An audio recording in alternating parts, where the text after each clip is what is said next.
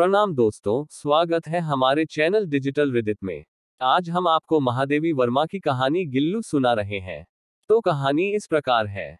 एक दिन जब महादेवी जी बरामदे में बैठी हुई थी, तो उन्होंने देखा कि एक गमले के चारों ओर दो कौए छुआ छुआवल जैसा खेल खेल रहे हैं। जब वे जिज्ञासावश वहां पहुंची, तो उन्होंने देखा कि गिलहरी का एक छोटा बच्चा घोंसले से गिर पड़ा है और कौवे उसे अपना आहार बनाने का प्रयास कर रहे हैं। उनकी चोंच से वह लघु प्राणी आहत हो चुका था। महादेवी जी उसे उठा लाईं और उसके घाव को साफ करके पेनिसिलिन का मरहम लगाया। महादेवी जी ने रुई की बत्ती बनाकर दूध की कुछ बूंदें उसके मुंह में टपकाईं। धीरे धीरे वह दूध पीना सीख गया और इतना स्वस्थ हो गया कि अपने नन्हे पंजों से महादेवी जी की उंगली पकड़ने लगा। फिर कुछ महीनों में उस पर कोमल रोए उग आए, उसकी झब्बेदार पूंछ चमक उठी और उसकी चंचल चमकदार आंखें सबको आश्चर्यचकित करने लगी। महादेवी जी ने उसका नाम गिल्लू रखा। उसे एक डलिया में रुई बिछाकर रखा गया और डलिया को तार से खिड़की पर लटका दिया गया। 2 वर्ष तक गिल्लू का घर वह डलिया ही रही। वह उसमें हिल डुलकर झूले जैसा झूलता था और अपनी मन के जैसी आंखों से इधर उधर ताकता भी रहता था। उसके क्रियाकलाप सभी को मोहित करते थे। जब महादेवी जी लेखन कार्य करती थीं, तो वह उनका ध्यान अपनी ओर आकर्षित करने का प्रयास करता था। वह उनके पैरों तक दौड़कर आता और फिर सर से पर्दे पर चढ़ जाता। वह यह क्रिया तब तक जारी रखता जब तक महादेवी जी उसे पकड़ने को उठ न जाती। वे कभी उसे पकड़कर एक लंबे लिफाफे में इस प्रकार बंद कर देती कि उसके अगले पैर और मुंह बाहर रहते। वह घंटों उसमें खड़ा रहता और अपनी चमकीली आंखों से उन्हें ताकता रहता। जब उसे भूख लगती, तो चिक चिक की ध्वनि करता और बिस्कुट और काजू पंजे से पकड़कर कुतरता रहता। जब गिल्लू के जीवन का प्रथम बसंत आया, तो बाहर की गिलहरियां खिड़की की जाली के पास आकर चिक चिक की ध्वनि करके उसे आमंत्रित करने लगी। वे गिल्लू को इतनी लालसा भरी नजरों से ताकती थी कि महादेवी जी ने उसे मुक्त करने का निश्चय किया।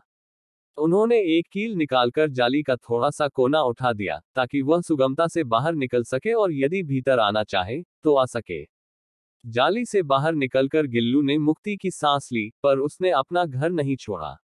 दिन भर गिलहरियों का नेता बना घूमता रहता, डाल डाल पर उछलता कूदता रहता और ठीक 4 बजे खिड़की से भीतर आकर झूले पर झूलने लगता। गिल्लू के मन में महादेवी जी के प्रति असीम आत्मीयता थी। वह कभी फूलदान में छिपकर, कभी पर्दे की चुन्नई या सोंजही की पत्तियों में छिपकर महादेवी जी को चौंकाकर प्रसन्न करने की चेष्टा करता। यह उसी का साहस था कि महादेवी जी की थाली से भोजन कर सके। काजू उसका प्रिय भोजन था। महादेवी जी एक मोटर दुर्घटना में घायल होकर कुछ दिन अस्पताल में रहीं। उस अवधि में गिल्लू ने काजू बहुत कम खाए। उनकी अस्वस्थता की स्थिति में वह अपने नन्हे मुन्ने पंजों से उनके सिर और बालों को परिचारिका की तरह सहलाया करता। गर्मी के दिनों में जब महादेवी जी काम कर रही होती थीं, तो वह सुराही पर लेट जाता और महादेवी जी के सामीप्य सुख के साथ ठंडक भी पाता रहता। प्रायः गिलहरी की आयु 2 वर्ष मानी जाती है। गिल्लू की आयु सीमा निकट आ चली। उसने भोजन छोड़ दिया, रात में ठंड की यातना से पीड़ित होकर महादेवी जी के बिस्तर पर आया और पंजे से उंगली पकड़कर चिपक गया। महादेवी जी ने हीटर जलाकर उसे उष्णता देने का प्रयास किया, पर प्रभात की प्रथम किरण के उदित होते ही वह चिरनिद्रा में लीन हो गया।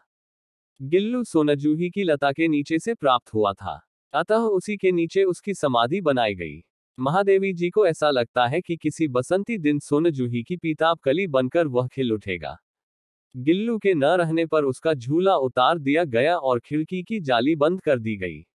पर अब भी गिलहरियों की नई पीढ़ी जाली के पार चिक चिक करती रहती है और सोनजूही की लता में बसंत छाया रहता है। आशा करते हैं कि यह कहानी आपको अच्छी लगी होगी। यदि आपको कहानी अच्छी लगी हो तो वीडियो को लाइक जरूर करें और चैनल को सब्सक्राइब करना ना भूलें। धन्यवाद।